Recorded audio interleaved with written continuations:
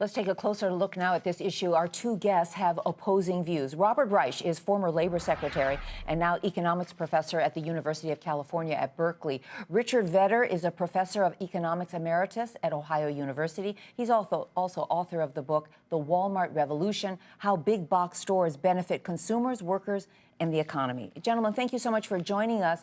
Let me begin with you, Professor Vedder. You wrote an op-ed piece today with this title, Why We'll Be Better Off If the Wal-Mart Protests Fail. Why do you say that? Well, I think the Walmart protests are, while they may be well-intended in some cases, would have economically disastrous effects if they really were successful. The problem with America today is not low wages. It's the fact that we have high levels of unemployment, high levels of part-time work. We have only 58 out of every 100 adult Americans working, compared with 64 or 5 a decade ago. Trying to raise wages and raise labor costs to employers will make life miserable for the workers, because it will lead to unemployment.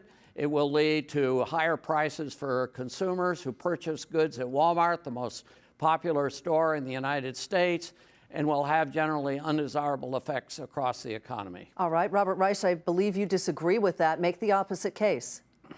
Well, first of all, the minimum wage right now, if it were adjusted for inflation from 1968, would be about $10.40. Unfortunately, right now it's $7.25.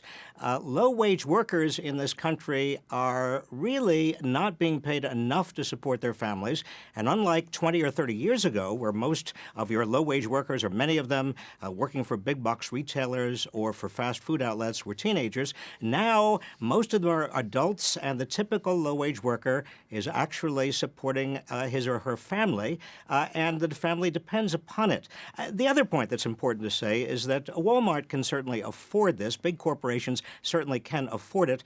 In fact, if you look at the entire economy, corporate profits are now up higher as a percentage than they have been in 60 years, while wages are down to the lowest percentage of the total economy than they have been in 60 years. The median wage continues to drop adjusted for inflation. And this is a huge problem not only for low-wage workers, but for the economy overall, because after all, who's going to buy all of the stuff we produce if consumers don't have enough money? Well, let's get the reaction from Professor Vedder. You say the numbers don't add up. Walmart can't afford to do this. It makes a ton of money. Other companies like Costco, like Starbucks, manage to pay their workers good wages and benefits, and still their stocks are doing really well for their shareholders. Why doesn't Walmart learn from their example? Well, I think Walmart has found that its business model works very well. It is the most successful retail sales company in the United States. But they made $17 billion in profit last year. That sounds like a huge amount of money, and it is a large amount of money. But it's only about 3.5 cents on every dollar of sales. And Walmart employs worldwide about 2 million workers, most of those in the United States. If you gave every one of them, say, an extra $2 an hour raise, and you multiply that by 1,500, 2,000 hours a year, and then you add in some additional money for fringe benefits, health care that workers are demanding, those profits would largely disappear. The price of Walmart stock would fall in half. Pension funds would find themselves losses, et cetera. All right, Robert Reich, quick response. Well, I simply disagree. I mean, the numbers actually do add up in terms of giving Walmart workers and many low-wage workers around this country a raise.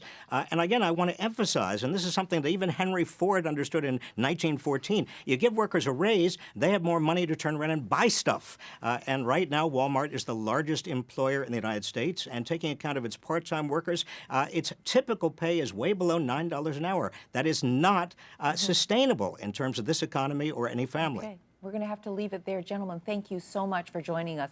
This is a conversation that will continue for sure.